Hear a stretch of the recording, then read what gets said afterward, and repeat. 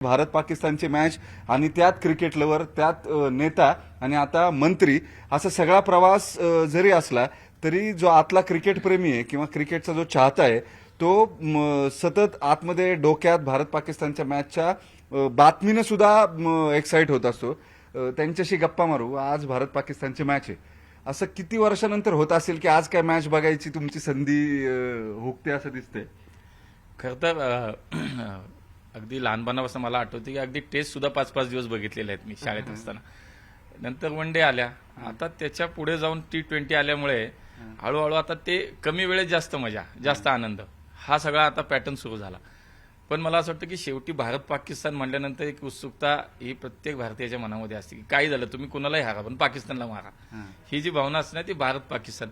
पण तरी सुद्धा आता या सगळ्या बिझी शेड्यूलमध्ये जसं मिळेल तसं मोबाईलवरती सगळं अवेलेबल आता, त्यामुळे जसं जमेल तसं मॅच बघता येते, लाईव्ह पाहता येते, त्यामुळे तो आनंद मात्र घेतो. त्याच्यात मात्र हे नाही, तडजोड नाही. याच्या आधी असे काय किस्से केलेत? असं काही क्रिकेटचं नाव दिसलं, आठवलं किंवा एखादं ग्राउंड बघितलं की आठवतं इथली काच फोडली होती, अरे ह्याच्या घरात गेलो होतो? मला आठवतंय की खरं तर लहानपणी मी नवी पेठेत आमचा एक वाडा होता, नवले वाडा, त्याच्यात आम्ही राहत होतो. त्यावेळेस मला वाटतं 1986 वगैरे असेल, बेन्सन अँड हेजेसच्या मॅचेस ऑस्ट्रेलियात चालू होत्या. आमच्या अख्ख्या दोन्ही तिन्ही वाड्या मिळून एकच टीव्ही होता आमच्या घरमालकांच्या घरी. मी पहाटे 6 वाजता, ऑस्ट्रेलियाला मॅच होत्या बघा, रवी शास्त्रीला ऑडी मिळाली होती आठवतं. तर त्यावेळेला पहाटे 6 वाजता घरमालकांच्या घरात जाऊन मॅच बघायचो, ते आणि मी दोघंच. ते त्यांना आवड होती, घरातले त्यांचे सगळे झोपलेले असायचे पण मी त्यांच्या शेजारी मांडी घालून मॅच बघायचो. आणि अशा वेळेला अनेक वेळेला ह्या क्रिकेटच्या आवडीपायी म्हणा किंवा शिक्षाही झाल्यात, काही वेळेला बोलणी खाली. काय काय काय शिक्षण शाळेत तर कधीतरी कितीतरी वेळा शाळा त्या निमित्तानं बुडवायची. मग पालकांना घेऊन ये, मग कुठल्या तरी वाड्यातल्याच एखाद्या मोठ्या पोराला घेऊन जायचं की चल भाऊ म्हणून ये, असलं खूप काही झालंय. त्याच्यामुळे खूप आठवणी आहेत. क्रिकेटच्या काही आठवणी म्हणजे भारत पाकिस्तानचा उल्लेख झाला, मला आठवतंय की एक सल ती कायम आपल्या सगळ्यांच्या मनात राहिली. चेतन शर्माच्या शेवटच्या बॉलला जावेद मिनरने जी शारजाचा सिक्सर मारला, ती एक आठवण सगळ्यांच्या मनात आहे. ती एक कटू आठवण म्हणून असं वाटलं जिंकलो आपण, शेवटच्या बॉलला 5 रन पाहिजे होते आणि फुलटॉस दिला चेतन शर्माने, जावेद मिनरने सिक्सर मारली. तो मला असं वाटतं की तेव्हापासून हे सगळं क्रिकेट मनात किंवा जाहीर किती शिवाय दिले तेव्हा ते काय प्रश्नच नाही ना. ते काय मी काय सगळ्या करोडो भारतीयांनी दिलं त्यावेळेस चेतन शर्माला. पण तो चेतन शर्मा जेव्हा हॅट्रिक घेतो तेव्हा त्याचं कौतुक होतं. शेवटी खेळ आहे, त्यामुळे चालत असतं. मला अजून आठवतं की आमच्या नवी पेठेत एक पलीकडच्या बाजूला गांजवे चौकात एक वाचनालय होतं आणि म्हणजे तिथं वर्तमानपत्राचं वाचनालय. आणि आमचे मला असं वाटतं दिलीप गालिंदे त्यावेळेला तिथले शिवसेनेचे कार्यकर्ते होते, त्यांनी वाचनालय सुरू केलं. आम्ही शाळेत जायचो आणि मला खूप वेळ होतं, म्हणजे मी पुण्याच्या क्लबच्या मॅचेचे सुद्धा स्कोअर बघायचो, रणजीचे स्कोअर बघायचो, क्रिकेटचे सगळे. आणि संध्याकाळचं त्या वाचनालयात जायचो तेव्हा सगळ्यांचे पेपर वाचून झालेलं असायचं. आणि मग डायरेक्ट शेवटचं पान उघडायचं आणि मग त्यातलं शेवटचं पान काढायचं, ते खिशात घालायचं. आणि मग रवी शास्त्री, गावस्कर पासून, गुंडाप्पा विश्वनाथ पासून, कपिल देव पासून, या सगळ्यांचे जेव्हा जेव्हा फोटो यायचे ते कात्रण करायचं आणि त्याचा एक छान एवढा मोठा जाड अल्बम बनवून ठेवला होता. मला आहे वेळ क्रिकेटचं पहिल्यापासून. आहे का आता अल्बम? अल्बम आता खूप वर्ष झाली, मला शोधावं लागेल. खेळायला जायचं का? शेवटचं कधी क्रिकेट खेळले होते? नीट मॅचच खेळलेत पूर्ण? नाही, क्रिकेटला सारखे 2 बॉल खेळायचे नाही, जेव्हा 2-3 जण पडतात ते खेळताना मारतात. नाही, मला तर वाटतं मी आता बऱ्याच वेळाला उद्घाटनालाही जातो सामन्यांच्या याला, मी पडलो नाही अजून कधी, पण एवढं लोक म्हणतात चांगला क्रिकेट खेळतो.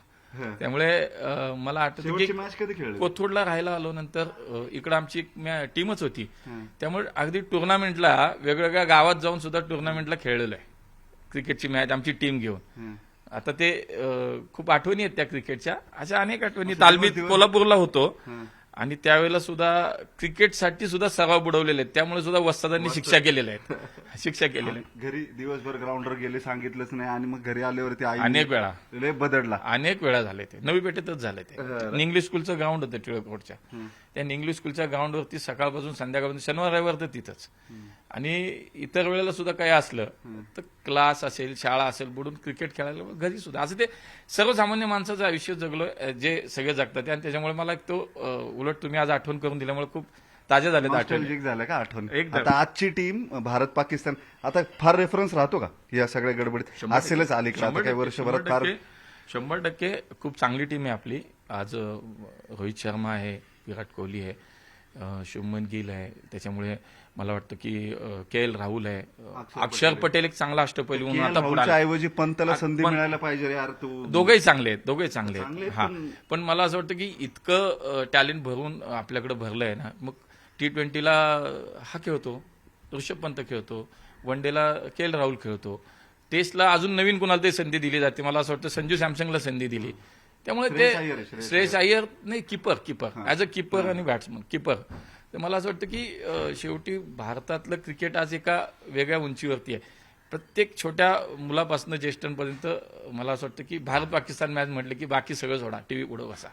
एक मोहम्मद शामी फुल फॉर्म मध्ये 5 विकेट घेतलेत. मोहम्मद शमी मला असं वाटतं की ब्रेक नंतर परत एकदा खूप चांगला फॉर्म मध्ये आलाय. मोहम्मद शमी बुमराची अनुपस्थिती मला असं वाटतं की कदाचित तो भरून काढेल असं वाटतं. हर्षदीपला चान्स मिळायला पाहिजे आज. पाकिस्तानची टीम माहिती आहे का खूप कोण आहे? चांगलं ओपनिंग करू शकतो बॉलिंग. त्याचे इन स्विंगर आउट स्विंगर खूप चांगले आहेत. म्हणजे मला असं वाटतं की खूप हर्षदीपला सुद्धा संधी द्यायला हरकत नाही. पाकिस्तानची टीम माहिती आहे का कोण खेळतंय कोण नाही? नाही आता नवीन player ते- नवीन फार नाही. मला तो त्यांचा हे आपला fast bowler left ham Afridi, हा. एक शाहीन आफ्रिदी खूप चांगली बॉलिंग करतो. मला आवड. शेवटी काही का असेल खेळ आहे, पण शाहीन आफ्रिदी चांगली बॉलिंग करतो. त्याच्यानंतर तो शहा, काय नाव त्याचं, आपला फास्ट बॉलर असतो त्यांचा. एक मला वाटतं बॉलिंग साईड त्यांची खूप चांगली आहे, त्या मानाने बॅटिंगची. बाबर आझम काय फार फॉर्म मध्ये तसा दिसत नाही. भारताच्या आपल्या विरुद्ध खेळत नाही. आपल्या विरोधातच काय त्याचा कायम कार्यक्रम होतो. आणि बुमरा पाहिजे होता करता. खरं बुमरा पाहिजे होता. स्पिन काय फार चालत नाही आपल्या. अक्षर नाही, तो कुलदीप नाही. म्हणजे मागच्या मॅच मध्ये तर तसं काही फार इम्पॅक्ट दिसला नाही त्यांचा. नाही, मला वाटतं बिश्नोई सुद्धा एक चांगला बॉलर. मला वाटतं त्याला आज या स्क्वॉडमध्ये घेतला की नाही मला माहित नाही.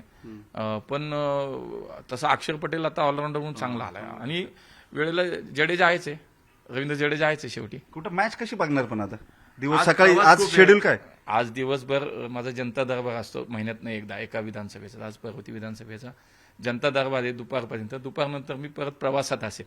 प्रवासात असल्यानंतर तेवढा जो काही टाइम असेल विमानात बघायला मिळेल का? विमानात, तेच अवघड आहे. विमानात अजून नाही. आता मला असं वाटतं की मंत्री म्हणून ती सुविधा केली पाहिजे सगळ्यांसाठी. ठीक आहे.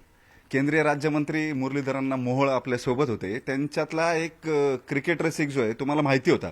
आज भारत पाकिस्तानची मॅच आहे. सगळ्यात भारी किस्से कोण सांगू शकतं पुण्यामध्ये, म्हणून आम्ही सकाळी सकाळी मुरली अण्णांना गाठलं.